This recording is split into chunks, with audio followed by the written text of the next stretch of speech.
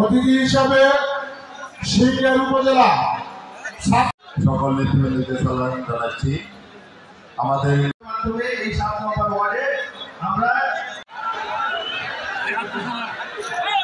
এখন আপনাদের সামনে বক্তব্য দিবেন।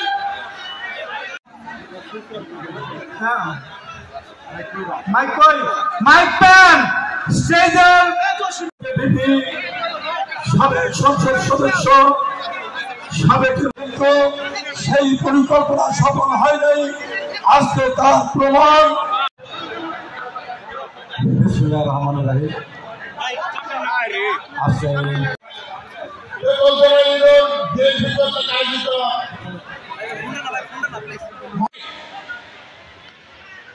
জিয়া পরিবার জনগণের পাশে দাঁড়ায়, ঠিক কিনা কথা জবাব দিয়ে